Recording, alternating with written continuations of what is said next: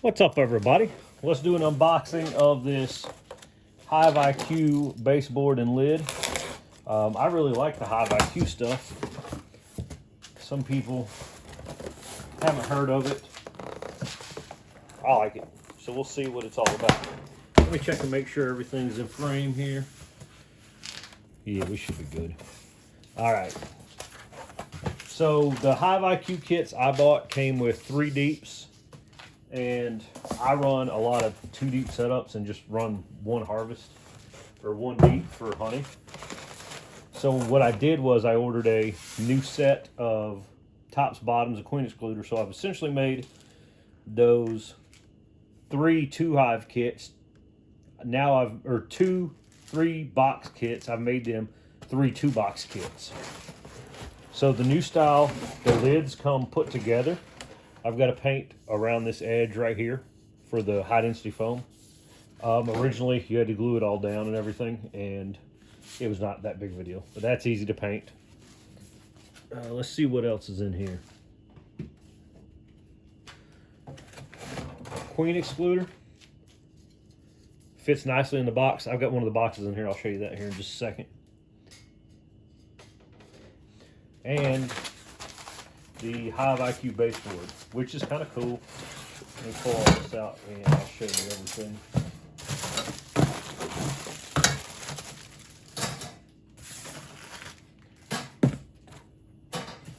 So now let's come to this. We can get rid of that.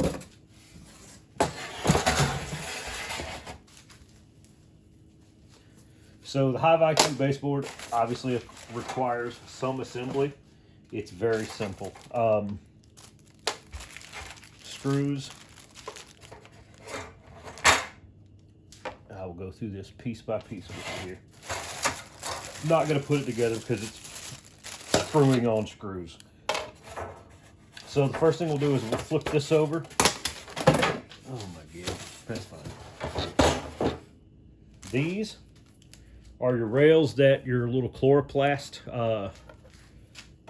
things stick in to hold what they call the Varroa tray. They go right there. And I actually have one of the little Varroa trays, I believe, right over here. All it is the political cardboard signs. And it slides in and out right through there. I don't use these, FYI. I just run open screen bottoms all the time. Or if something's got a solid bottom, it's solid all the time. Bees can figure it out. Let's see. So those 6 screws going right there. 1, 2, 3, 4, 5, 6. That's done. Flip this over. And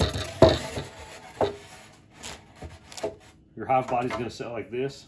That's going to be where the metal for your bottom board here gets screwed in. This is cool because they have an integrated pollen trap that you can add on. I don't have the pollen traps currently, so you put this cover on so you don't have that void right there. I'm going to pause this for just a second. All right, I dropped a cool piece. This is the HiveIQ entrance reducer. It goes in, let me see if I can remember, like this. These pieces go in there to hold it down or back, but it's magnetic. It's a 3-stage entrance. I run mine with just the center open every time. So this is how I run my hives. I don't see an issue with it. Like, they can make everything they need to do with that. If you wanted to close your hives off to move them, you could just flip that up and you've got a closed off hive with a screen bottom board.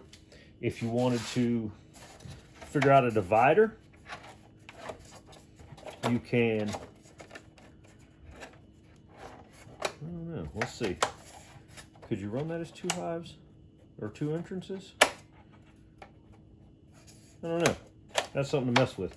But you can have it fully open, you have it fully closed, you can open up one side. There's a variety of things you can do here. I run mine like this, and let's see, I got a box right here.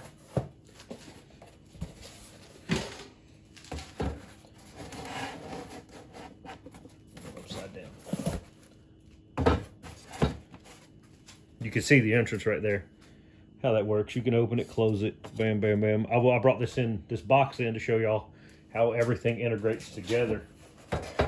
This ridge right here goes in here.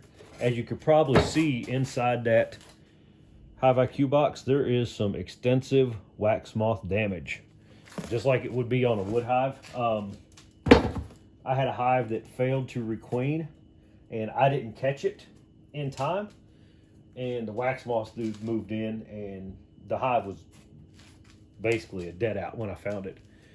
So I took this home, cleaned it up. Well, not cleaned it up, but just washed it out. And now I'm dealing with a wax moth eaten box.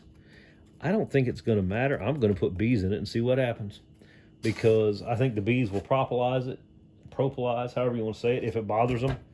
If not, I don't think it matters. And if it does, okay, I can replace this box just like woodenware. Things I like about the HiveIQ box, you saw how it all interlocks together. It's really easy to scrape this propolis off with a hive tool. Just run it down through there real quick. Frames nest well in it. I will say with the 9 frames, it gets a little tight. So that meshes on there. Queen excluder. Can you guys see the top of that box? Yeah. Let me see if I can move it up just a little bit. So that queen excluder sits right on top of the frame rails when they're in there. So that's pretty nifty. And then your lid, you see it's got these ridges, and it's got the lip underneath here.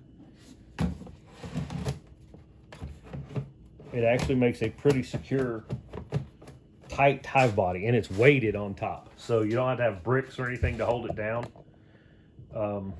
I use bricks or rocks to mark queen right. So this box here has been out in the sun for a year anyway. It looks fine. I painted it before I put it out there. I've got to paint this on this lid, and down here on the bottom of the baseboard, I got to basically paint all this white before I screw anything down. Yeah, pretty cool. HiveIQ boxes are neat. I like them. The only complaint I have about them is 9 frames is really, really tight. But the bees have been doing great in it. My strongest hive is in the other HiveIQ box. I wish I had a double screen board for them, and I'll probably just make one. Everything is pretty interchangeable. They have a feeder, a top feeder coming out for this system. I don't have it yet. What I've done is use a frame feeder, or right now in the winter, I've got a empty box, an empty deep on top with a stand sugar brick up there and just a layer of insulation. Well, I say a layer of insulation, just some air space, because I'm in Louisiana and it doesn't get that hot. But yeah, that's the quick overview of the HiveIQ system. I thoroughly enjoy it. I like these poly boxes. I wish you didn't have to paint them, but it's just to do. I've got the Apamaze. I like them as well. They don't require painting. That's a head up in my opinion for them. My complaint about them is you can't detach anything from the bottom board. I found ways to work around it. It's not a big deal. It's just like these. You know, you got to be a little creative and make stuff happen. But at the end of the day, it's all making stuff happen. I got to get them out before I paint it. But yeah, paint it. Put a little dab of glue in there to hold that down. You don't want to glue the sides, obviously, because then it wouldn't spin. But pretty neat system. I like it. Anyways, guys, that's the HiveIQ system. If you could do me a favor, and 2 favors. 1, don't judge my garage because it's a mess. 2, if you feel so inclined, go ahead and like and subscribe and share your friends. I'm trying to get up to 1,000 subscribers before 2026. So if you guys could help me out with that, that would be great. All right, y'all. Have a good day.